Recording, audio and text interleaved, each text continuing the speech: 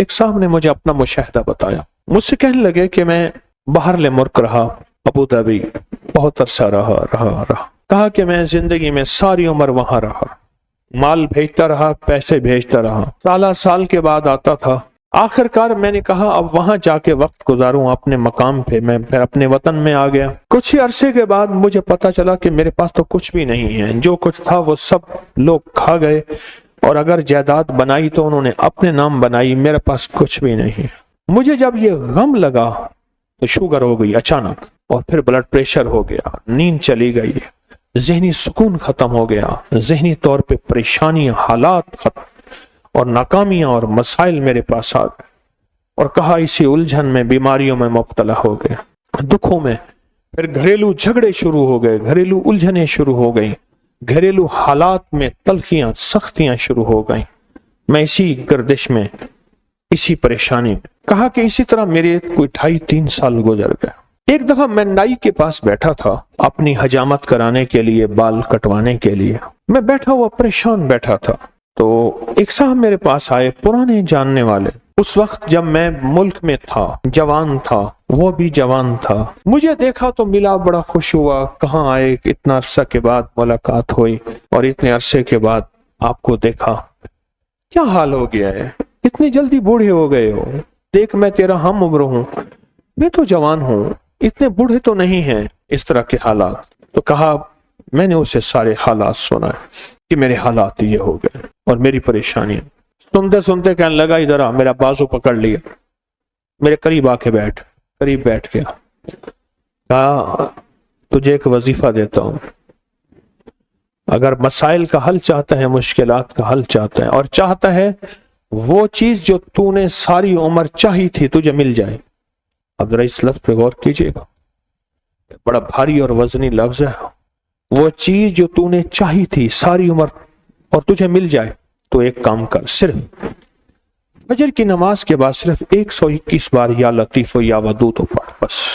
اور کہا خوب گڑ گڑا کے, بھکاری بن کے پڑھ فجر کی نماز کے بعد. اور کہا کہ عصر کی نماز کے بعد صرف 21 بار پڑھ. فجر کے بعد 121 بار, اور عصر کے بعد صرف 21 بار پڑھ. اور کہا اس کو چھوڑنا نہیں, مہینوں نہیں چھوڑنا, سالوں نہیں چھوڑ. کہا اس نے حجامت بنوا لی تھی اور وہ چلا گیا.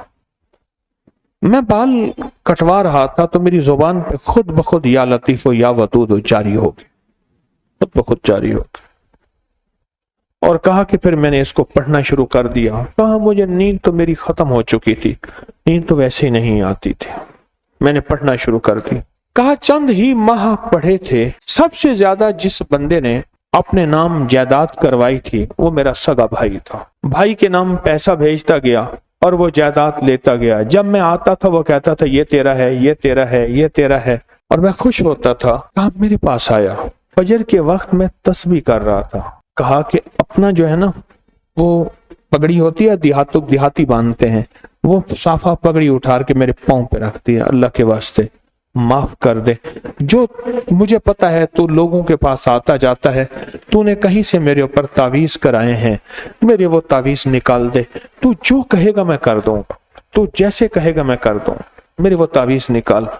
میرے تن بدن میں آگ ہے, میری زندگی میں پریشانی ہے, میرے گھر میں بیماری ہیں, میرے گھر میں دکھ ہیں اور تکلیفیں ہیں, مشکلات اور مسائل ہیں, میری زندگی سختیوں, پتہ نہیں کیا کیا مصیبتیں اس بیچارے نے بتایا. کہا میں حیران ہوا, میں خاموش ہو گیا. اور کہا کہ خود بخود گیا اور میری آدھی سے زیادہ جائیداد اسی کے پاس تھی, اور میرے نام کرا دی ہر چیز. کہا کہ بس میں نے اب تک اس کا کرایہ کھایا ہے, اس کی آمدنی کھائی ہے, بہت کھائی ہے, بہت کھائی ہے.